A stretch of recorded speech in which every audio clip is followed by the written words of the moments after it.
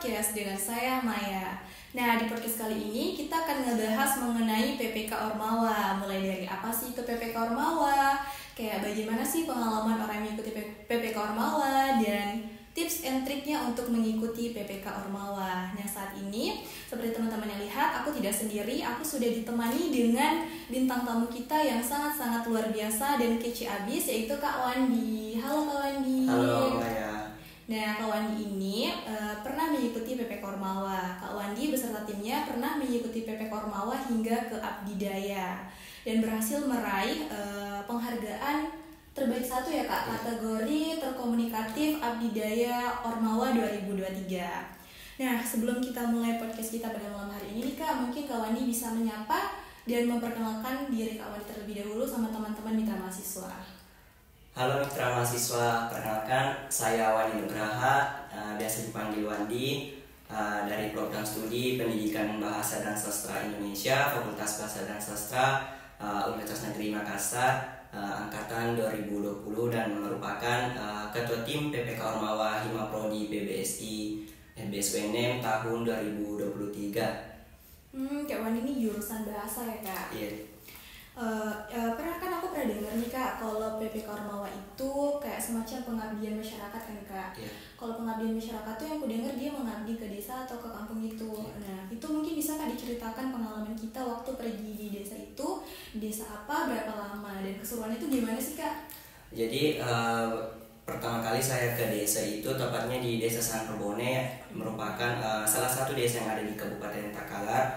Pada saat saya melakukan observasi, tepatnya sekitar akhir bulan 2, jadi saya bersama teman saya sekitar 6 orang ke desa untuk menemui pemerintah setempat, khususnya kepala desa, untuk menanyai apa sih permasalahan yang tengah dihadapi masyarakat dan apa potensi yang dimiliki oleh masyarakat, sehingga kami nantinya tim PPK Ormawa dapat menghadirkan solusi di tengah permasalahan masyarakat. Jadi pengalaman saya pertama kali ke desa itu tentunya baru ya, karena pertama kali saya juga datang ke desa tersebut, dan sangat seru karena pada saat pertama kali kami datang, kami bisa langsung berbaur dengan anak-anak muda yang ada di desa tersebut. Dan kalau untuk berapa lama, kalau saya sendiri pribadi mulai dari bulan 3 sampai selesai program, tepatnya sekitar bulan 11 itu saya sudah di desa seperti itu. Cukup lama juga ya Kak, hampir setahun ya.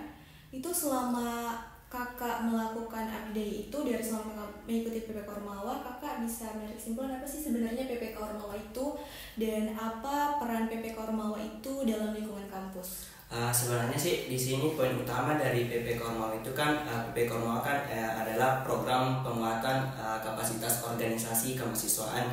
Jadi di sini menekankan pada bagaimana organisasi kemahasiswaan yang ada di lingkungan kampus itu dapat meningkat secara dari kadar-kadarnya, khususnya dari peningkatan soft skill dan hard skillnya, karena di PPK Ormawa ini menekankan bahwa mahasiswa harus terjun langsung menghadapi permasalahan yang tengah dihadapi oleh masyarakat, dan bagaimana mahasiswa itu menghadirkan solusi yang tengah dihadapi oleh masyarakat itu sendiri. Ini kalau PPK Ormawa ini dia bertim kah atau individu? Kalau PPK Ormawa itu tim. Timnya itu berapa orang? Kalau tim itu bisa kalau nggak salah itu 10 sampai 15 orang dari jurusan berbeda-beda, dan sebisa mungkin dari angkatan yang berbeda juga. Cukup banyak ya Kak? Iya. Itu untuk pemilihan timnya sendiri itu bagaimana Kak caranya? Misalnya kayak dia kayak diseleksi kah dulu, atau ada kriteria khusus yang harus untuk bisa masuk tim itu gimana sih? Ini sebenarnya menarik perihal anggota ya, karena kebetulan di tim PPK Ormawa Hima Prodi PBSI itu sudah 2 kali mengikuti PPK Ormawa ini pada tahun 2022, sehingga saya ingat betul pada saat panduan PPK Ormawa keluar, panduan PPK Ormawa tahun 2023, antusias para pengurus dari Hima Prodi itu sangat antusias untuk mengikuti kegiatan tersebut. Apalagi kami dari Hima Prodi itu berkisar kurang lebih 60 sampai 70 pengurus. Nah, sedangkan kuota untuk tim itu sendiri hanya 15. Jadi kami melakukan seleksi, di mana seleksi itu kami betul-betul memilih para pengurus yang betul-betul ingin mengabdi, ingin menetap di desa, karena ini bukan tentang misalnya asal ikut saja di tim tapi tidak mau menetap di desa, sehingga kami lakukan seleksi. Dan itu pun bahkan misalnya saya sebagai ketua tim itu dipercaya oleh kakak-kakak sendiri, dan saya juga percaya bahwa tim yang saya pilih ini karena saya tahu karakter masing-masing teman-teman saya, jadi saya memang betul-betul pilih 15 orang yang betul-betul sanggup untuk bisa menjalankan program yang akan dijalankan. Berarti ini semua anggota tim tak sebanyak 15 itu dari 5 prodi semua ya Kak? Ada juga dari jurusan lain kami ambil karena harus memang ada kolaborasi, karena kebetulan topik kami tentang ekonomi, jadi kami ambil dari Fakultas Ekonomi juga. Oh ya, ini kan kakak sebagai ketua tim dalam PP Kormawa nih Kak, apa yang menjadi tanggung jawab utama kakak sebagai ketua tim di PP Kormawa? Kalau tanggung jawab terbesar saya pribadi itu sebenarnya karena tahun 2022 kan kakak-kakak saya sebelumnya sudah pernah mencapai abdi daya di tingkat nasional, namun belum sempat mendapatkan penghargaan, sehingga tanggung jawab besar saya itu yang ditekankan oleh kakak-kakak dan teman-teman sendiri, harus bisa melampaui prestasi yang telah dicapai kakak-kakak saya sendiri. Jadi untuk tantangan terbesarnya sih sebenarnya di situ, karena untuk progres di lapangan itu bukan menjadi tantangan yang besar bagi saya, karena kenapa saya memiliki teman-teman yang betul-betul hebat dan luar biasa, sehingga itu bukan tantangan yang terbesar bagi saya, seperti itu. Oh ini kan Kak, PP Kormawa itu waktu pelaksanaannya kan lama kan, butuh konsisten kan Kak, pasti banyak dari teman-teman juga yang agak kurang bisa ikut dan kontribusi di dalam kegiatan PP Kormawa. Nah, kakak punya saran nggak sih nih atau strategi untuk meningkatkan partisipasi mahasiswa dalam organisasi untuk mengikuti PP Kormawa?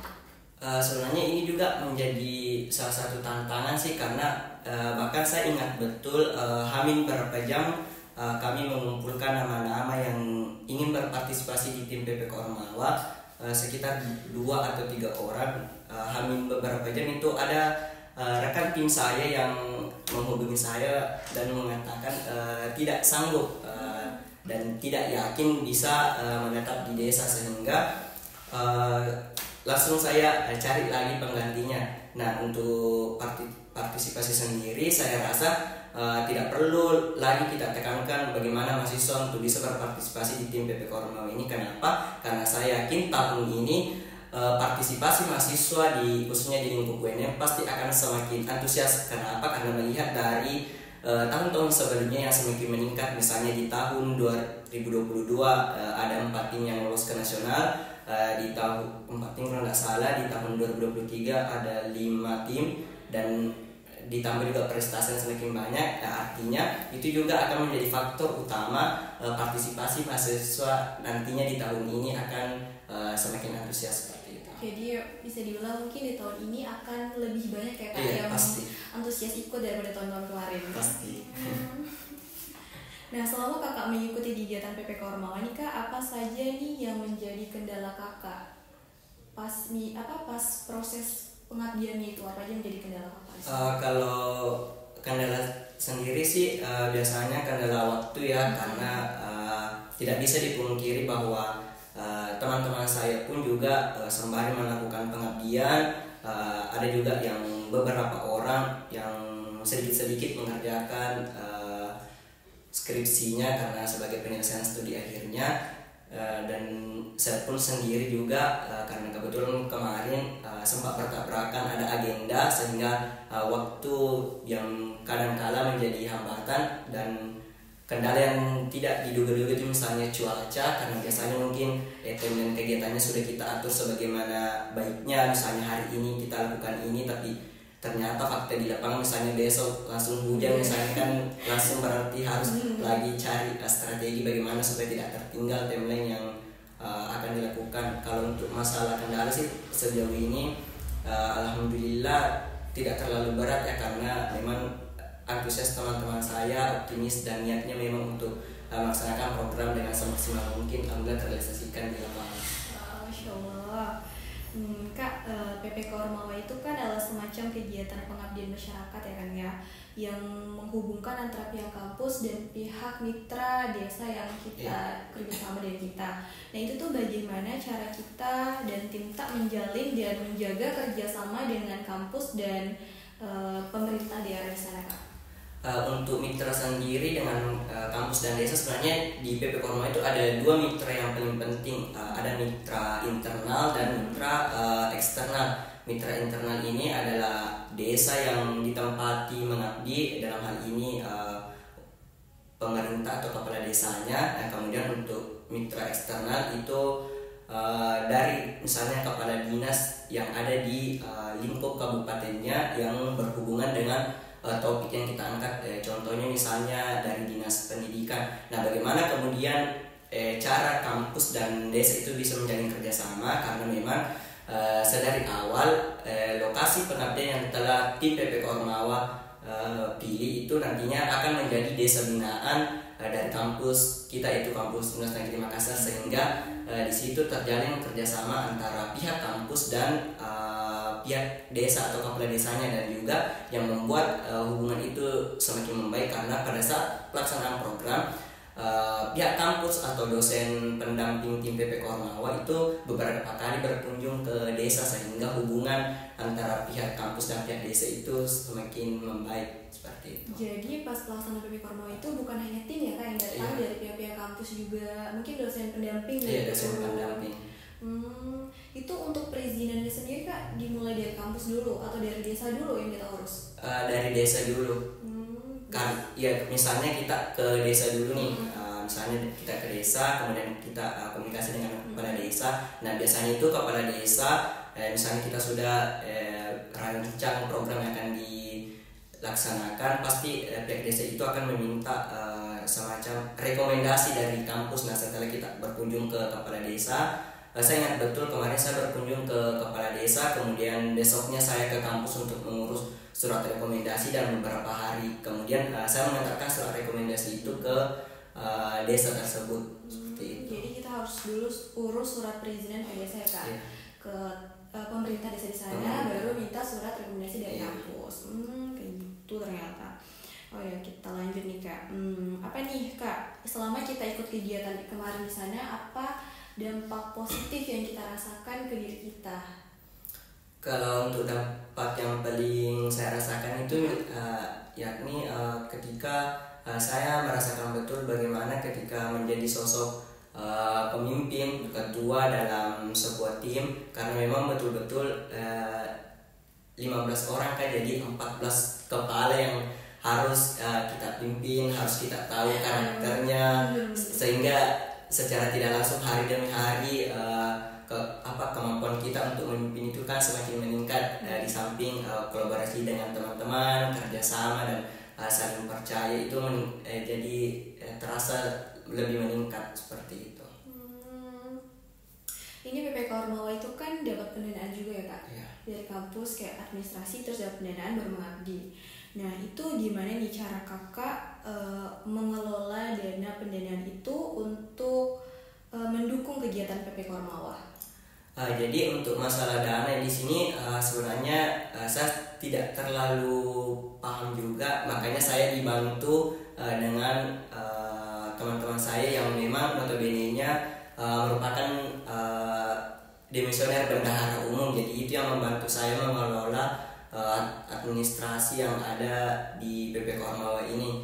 Dan untuk anggaran sendiri kan lumayan besar ya dari Kemendikbud, dan ada juga bantuan dari pihak universitas, sehingga untuk mengelolanya itu memang kami betul-betul gunakan untuk bagaimana program yang kita sudah rancang itu digunakan sebaik mungkin. Karena misalnya kita ingin misalnya membeli paku, membeli triplex dan membeli papan, misalnya itu kan semua sudah dirancang di awal, jadi memang betul-betul untuk mengelolanya itu butuh lah, bukan cuma satu orang. Makanya saya dibantu sama teman-teman untuk mengelola administrasi seperti itu. Jadi teman-teman kelompok TM15 itu turut membantu dalam pengelolaan keuangannya. Nah Kak, sekarang nih kan bulan bulan 2 nih Kak, sudah masuk pembukaan pendaftaran PPK Ormawa. Kemarin juga aku sempat dengar-dengar sosialisasinya. Mungkin Kakak sebagai yang sudah berpengalaman mengikuti PPK Ormawa bisa berbagi tips dan triknya sama teman-teman mitra mahasiswa mengenai bagaimana sih daftar PPK Ormawa, mulai dari awal administrasi, terus pendanaan hingga ke abdidaya. Gimana tuh Kak tips and triknya?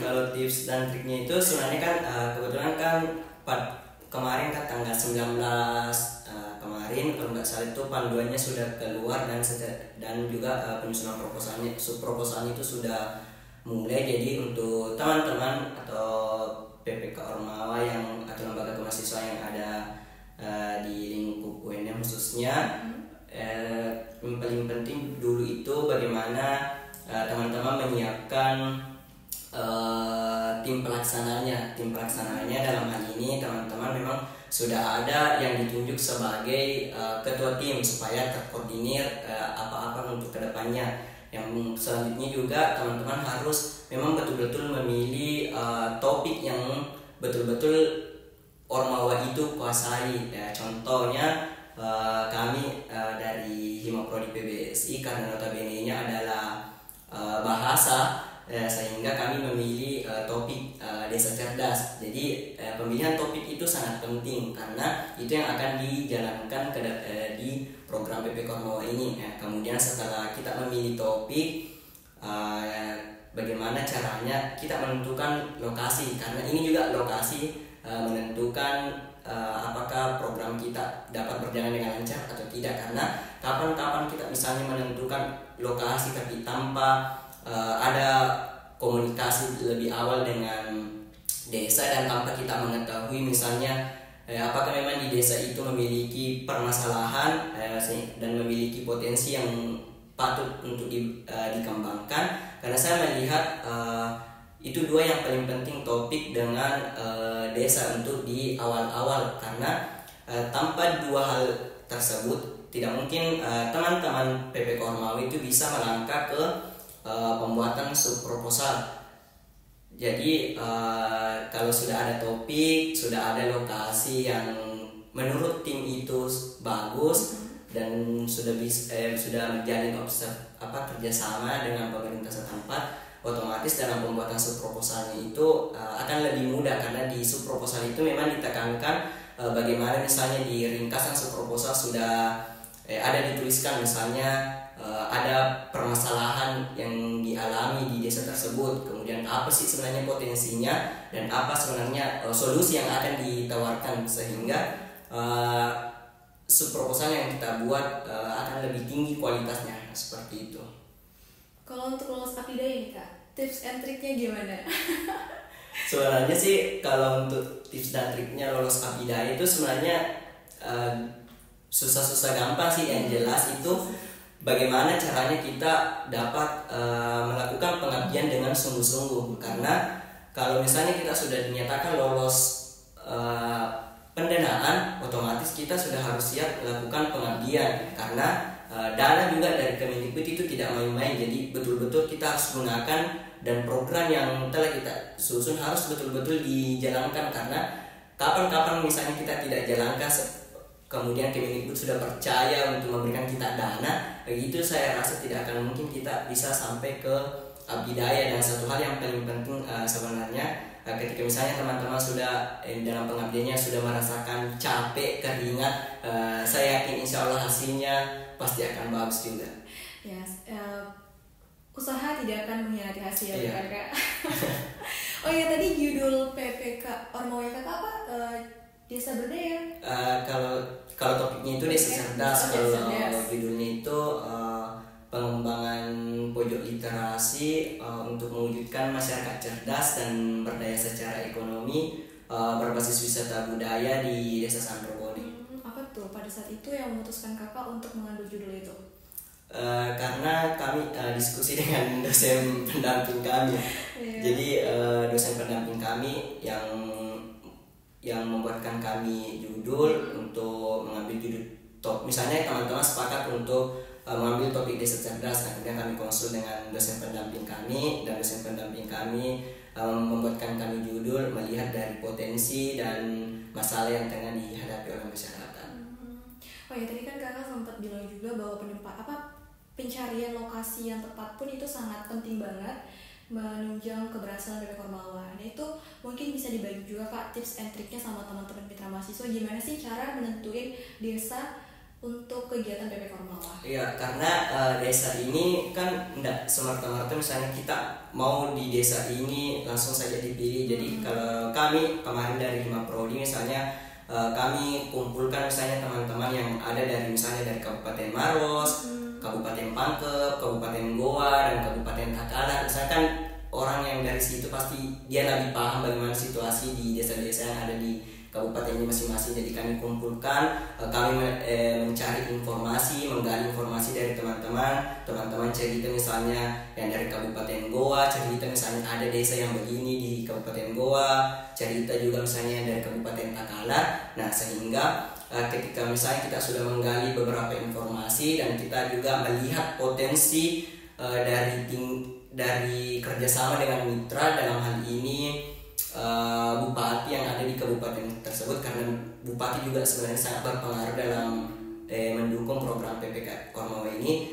Jadi kami kemarin sepakat mengambil Kabupaten Takalar karena memang ada teman kami dari sana yang mengetahui bahwa di Kabupaten Takalar memiliki misalnya permasalahan dalam hal literasi, karena kalau tidak salah itu memang info yang kami dapat dari Kepala Dinas Pendidikan Kabupaten Takalar bahwa tingkat literasi di Kabupaten Takalar itu masih rendah ditinjau dari misalnya dari desa-desanya. Makanya kami memutuskan untuk mengambil desa tersebut. Kenapa pemilihan desa juga penting? Karena siapa tahu misalnya kita pilih misalnya desa si A, misalnya kita memilih desa si A, tapi kemudian kita sudah ada topik yang dipilih, tapi desa tersebut misalnya tidak butuh dengan topik yang kita pilih. Nah, itu kan menjadi yang susah. Misalnya kita menghadirkan misalnya sekolah perempuan misalnya sekolah perempuan, tapi di desa tersebut perempuannya sudah produktif misalnya. Jadi kan tidak mungkin kita lagi mau adakan realisasikan sekolah perempuan kan misalnya memang warganya tidak butuh, kan begitu konsepnya. Jadi kita harus benar-benar mencari masalah di desa itu dan memberikan solusi untuk desa tersebut ya Kak. Oke. Nah itu teman-teman, tadi adalah tips and trick dari Kak Wandi mengenai bagaimana sih tips and trick mulai dari pendaftarannya gimana, terus habis itu tips and trick menuju abdidayanya begitu, dan tips and trick untuk menentukan lokasinya. Nah untuk teman-teman yang mau daftar PP Kormawa mungkin bisa banget ditulis tadi tips and tricknya dari Kak Wandi, atau simpan video ini supaya nanti teman-teman bisa nonton ulang. Mungkin pembahasan tentang tips and trick tadi menjadi pembahasan terakhir kita di podcast kali ini. Ya, terima kasih banyak Kak Wandi udah mau nyempatin waktunya untuk datang di sini dan podcast bareng kita, berbagi pengalaman kakak tentang PP Kormawa sama teman-teman mitra mahasiswa. Nah, untuk teman-teman mitra mahasiswa, makasih banyak juga udah nonton podcast Profesi. Terima kasih banyak, dan jangan lupa subscribe, like, dan komen YouTube-nya Profesi supaya teman-teman gak ketinggalan konten-kontennya Profesi. Dadah teman-teman, sampai jumpa di podcastnya Profesi selanjutnya. Bye-bye.